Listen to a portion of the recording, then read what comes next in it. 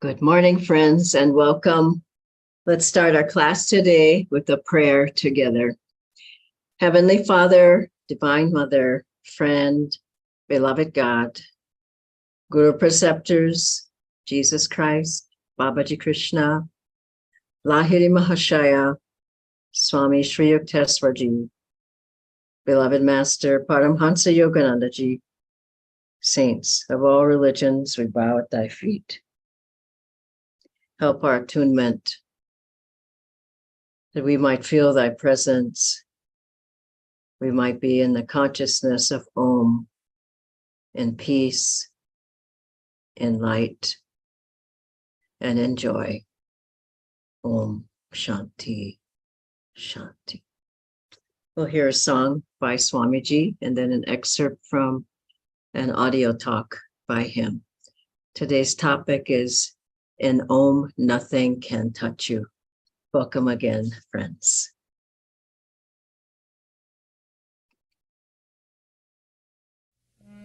I have been roaming, forsaken by thee, who hast seen me groping, hardly ever answering. I shall be roaming, bursting all the boundaries of heart, evermore moving towards thee, to thy vast, unthrobbing heart. Come thou to me, O Lord, O come at last to me. Centuries and centuries I have waited now for thee. Through endless incarnations I've called out for thy name, searching by the streamlets of all my silvery dreams. I know that thou must come at last to steal the flowers of my heart. In sorrow thrills I pipe my love, I sadly sing my song to thee. And yet I know my love must reach thee, though many lives I have to wait. On mountain crags of high devotion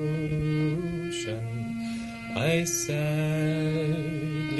sing my song, my song, my song.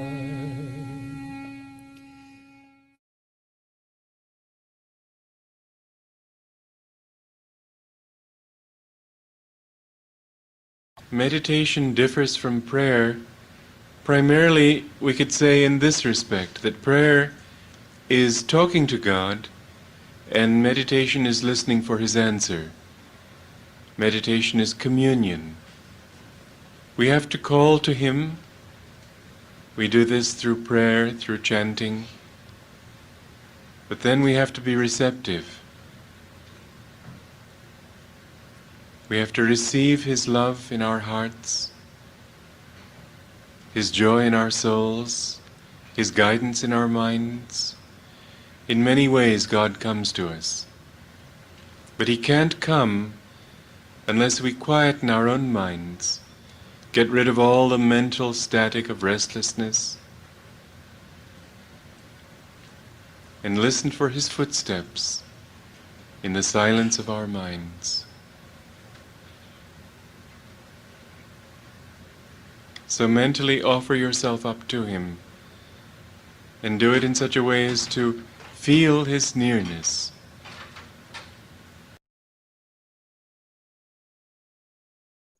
Om Shanti, Shanti. Welcome again, friends. Today's topic is in Om, in the Om vibration, in the Om light, in the Om sound, that nothing can touch you. I like to start with a few quotes from Swamiji. You are not a physical body, but the blissful manifestation of Om. Another, live in the consciousness of Om.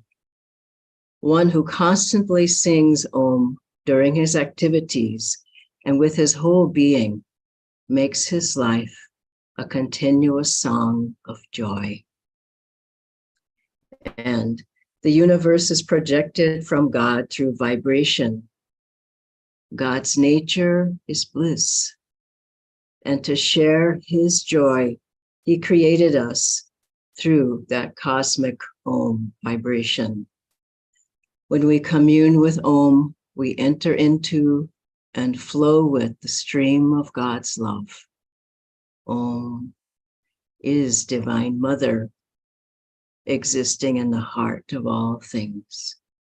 And from Master, Om not only proceeds from God, it is God. And I like to play just the sound, this tanpura, the background sound of all Indian classical music is the sound of the tanpura.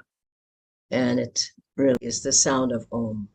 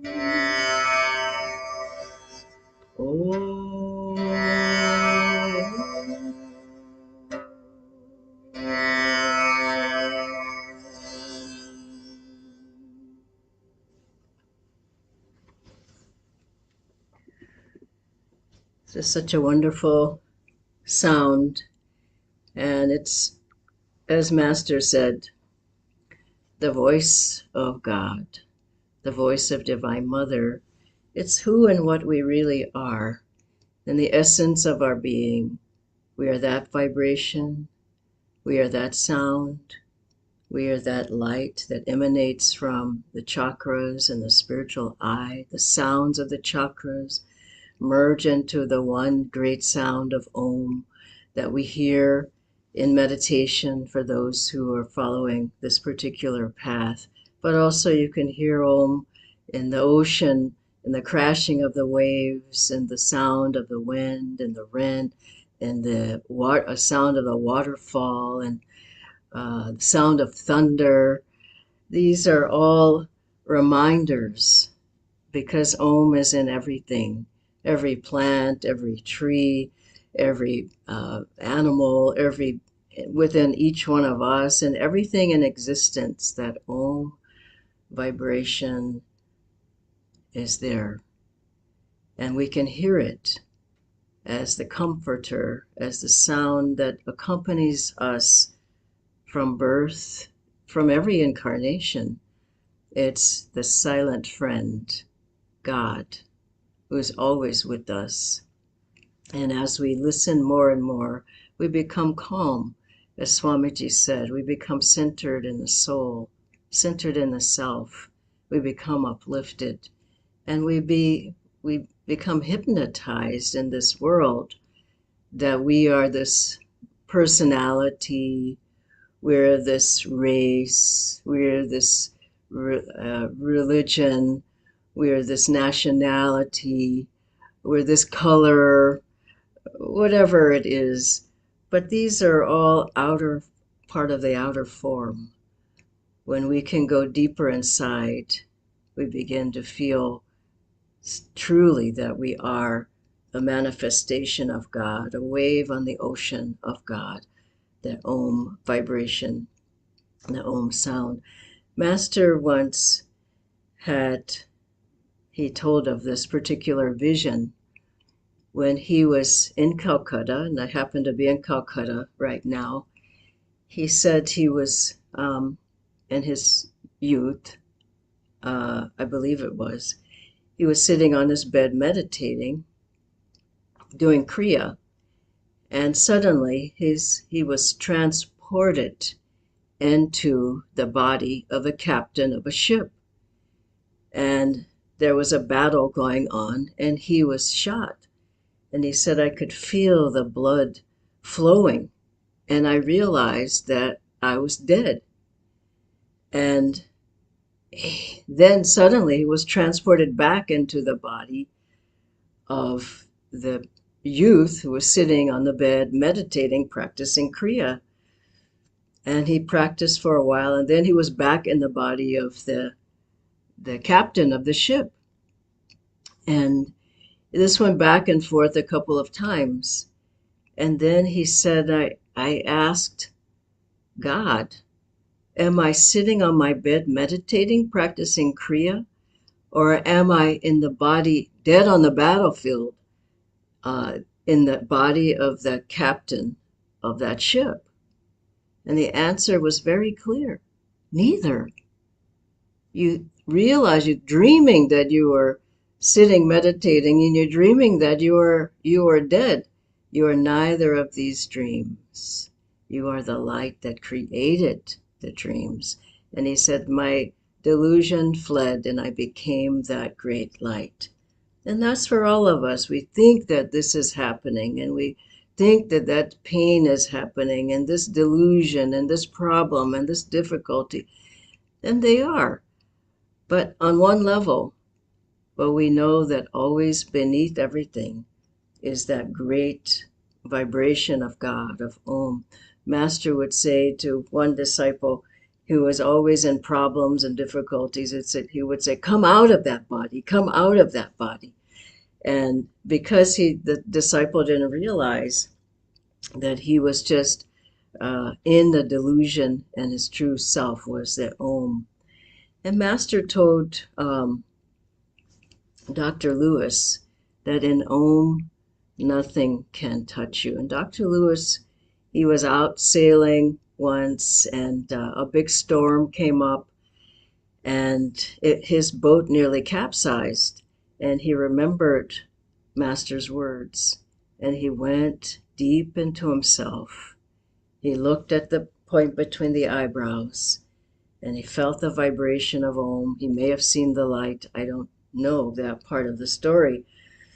But suddenly the storm started to calm. He became very calm and centered, and he was able to get back to shore.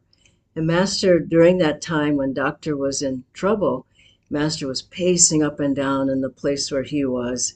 He was reading a story about the sea, but he was pacing up and down, and he was saying, Doctor's in trouble. He's in real trouble. Doctor's in trouble. I've got to help him.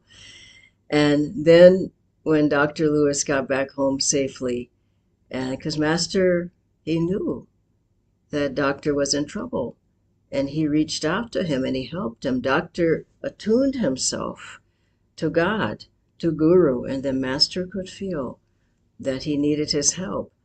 And so when Doctor walked back into his house safely on the beach, all of his relatives had been waiting for him and praying for him, and he finally got back home, and the phone rang, and it was Master. And he says, Doctor, you almost got a little wet. And Doctor knew that Master knew that he needed him, and Doctor tuned in at that time. And I think that's the lesson for all of us, to keep tuning in, attune. Master said, read my poem, Samadhi, and realize that that's who you are. And one of the lines of that poem, he would say often, I, the cosmic sea, watch. the little ego floating in me. We are the cosmic sea, but we think we're just the ego. And so as we practice the Om technique, for those of you who have it, some of you don't, but as you can feel that that's your vibration, even if you're not doing that practice, but you become so much more expansive, so much more beyond the problem, so much more in a higher state of consciousness, so much more in a blissful state. There was an interesting situation. I don't have time to go into it now, but where I'm staying here at the hotel last night, and it was a stressful situation, and I felt a lot of it was difficult, and so we tried to remedy the situation, but underneath it all, honestly, I still felt joy, even if the situation was stressful, even if it was unpleasant, even if I didn't like it. But underneath it all, there was still that river of joy. And I know that comes from years and years of meditation, and meditation on Om, and meditation on the light and on the vibration of God. And at a certain point, I just could start laughing and, different things. And one of my friends said, well, it's good you still have your sense of humor. And it's the sense of humor, but it's also just the river of God. It's always there. But we forget, and we think we're in the dream. We're hypnotized. But as we meditate more and more, we go back into that vibration of Om. So how can we stay in that vibration more? Master Toad said, of course, to practice the Om technique if you have that. I can't go into that because some of you probably don't have it. But as you practice that, as I said, you become more and more uplifted and more in that vibration. He said it's not enough to hear that sound, but to merge. Just try to release the difficulties and the problems and the worries and the fears, and try to just release it into that sound. I find that music really helps. Master said chanting's half the battle. If you can chant, all of our chants are on the vibration of Om. Swamiji said his music is attuned to the vibration of Om. So as you chant, you just begin to release the grip of ego and the hold on the body, and you begin to expand, and you begin to feel that you are Om, that beautiful chant, I am Om, omnipresence, all pervading, all blessed. I am Om, Om, Om. And so chanting that chant and then doing the Om technique and just going beyond this world into that vibration, playing the harmonium, playing an instrument like this small tanpura. Tanpuri is very easy to play. I'm just plucking the strings, and you can just chant Om, or get the recordings of Swamiji, Master's voice singing, and just begin to sing. Open your heart by singing and feeling you're just dissolving the dream of this world. And you find that you just, once after a kirtan, how do you feel? Completely uplifted, completely in Om, completely in that vibration. You don't walk out of there thinking about your problems. You walk out of there in a blissful state. And so chanting, if you have the recordings, if you haven't, I would say if you're at all musically inclined, to get an instrument and start playing. You can play what I played today, just just over and over. I just taught a few people that just last weekend. So simple and so easy, but so powerful and effective. And what happens after that? When the stress and the tension and all is gone, you can meditate and you feel God's presence. As sound, as light, or however, as peace, as joy, but you can just let go. We have to learn to let go of this world, and Master's given the techniques. Another thing we can do is at other times, if you have the techniques of doing this, chanting Om at the chakras, it's very powerful. Some of you have this technique, some of you may not, but if you do, just go into that. When I'm saying, especially when you have difficulties, go into these practices. That's what they're for. The tanpura, the harmonium, the stringed instruments, Swamiji said, calm the brain, soothe the nerves, get rid of stress. And so does this technique. The Om technique, chanting Om at the chakras, you just begin to feel like you're just above, you're tuned in to the deepest vibration of your whole being, and the problems start dissolving away. You can mentally chant Om during the day, or Om Guru. So beautiful. Om Guru, Om Guru. If you're feeling distressed, you're feeling difficulties crowd around you, everyone has them. But chanting Om Babaji, Om Babaji, one of the gurus, chanting their name, or Om Divine Mother, Om. Chanted mentally, sometimes you chant it out loud if you need to, but you can stay in that vibration by the chanting. You can chant Om Tat Sat, bringing the hands forward and back, or just Om, touching the hands forward, make a circle around your body. And I can't do it sitting in this chair, but I think many of you know the practice, and these are very protective. Stay in the vibration of Om. That's the vibration of the masters, it's the vibration of God. Of course, there are other practices that we do that put you in attunement with Om. You go deep enough in Hangsa, it leads you into Om. You go deep enough in Kriya, you hear the Om sound. And so all of those practices help. I said too, playing the music in your house, play it in your car, play the Om, Swamiji chanting Om, the various chants of Om, or any of the chants, really, they're all attuned to Om. And finally, to pray for people. We rub our hands, we hold them up, and we chant Om. Pray for any situation in your life that's difficulty by sending out the vibration of Om, chanting Om. Feel it in you and feel it going through you into the situation, into a person who needs healing, into your own life, your family, whatever. But you feel, Master said the channel is blessed by what flows through it. So as you're chanting and sending vibrations of Om to other people, it's blessing you. It's coming into you as well. I want to end with an amazing story that I got off of the ananda.org website. I've told this story once before, but probably most of you haven't heard it.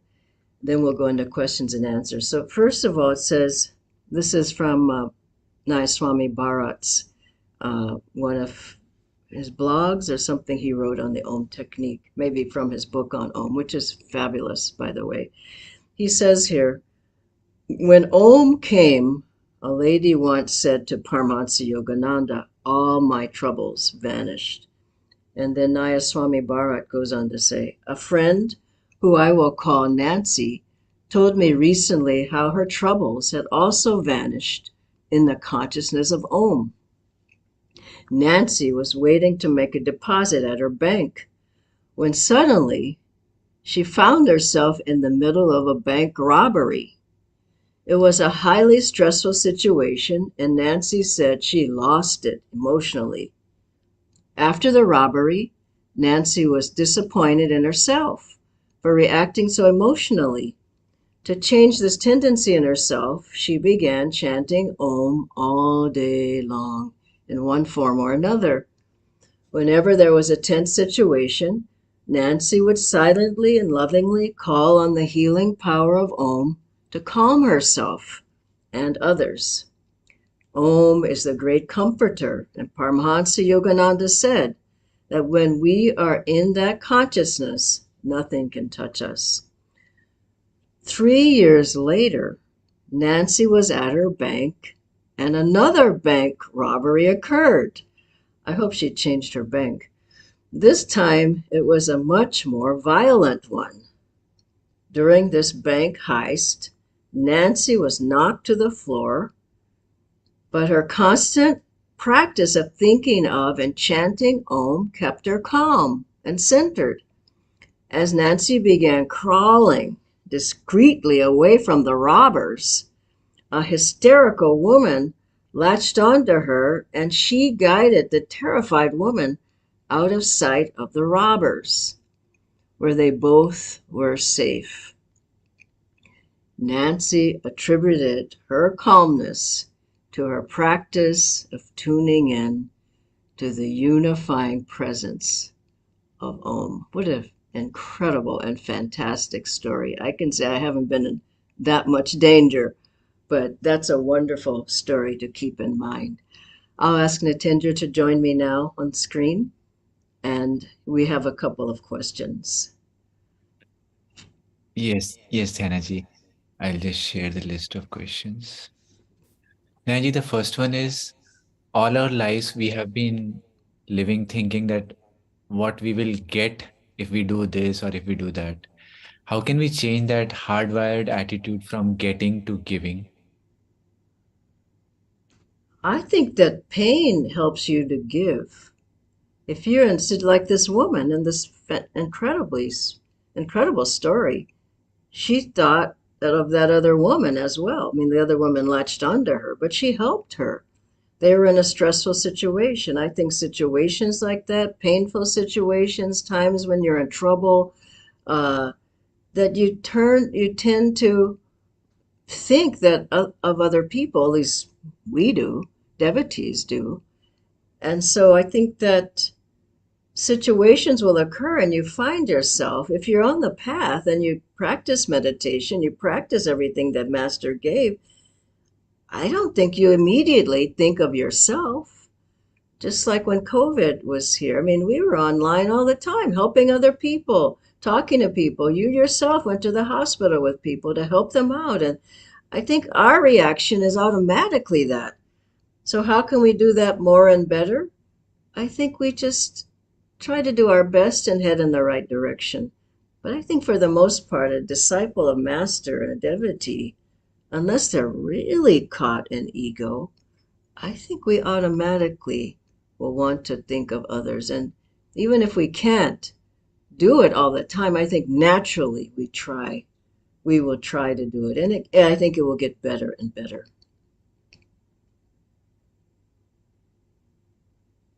Thank you, Dhyana. The next question is, we remember to be in tune when we are meditating or when we are in a satsang like this. But when suddenly a disaster strikes us in the cold light of the day, how can we remain in Om during those times? Well, it's tough. I'm not going to say it's easy. I mean, to immediately, but I think people think of God.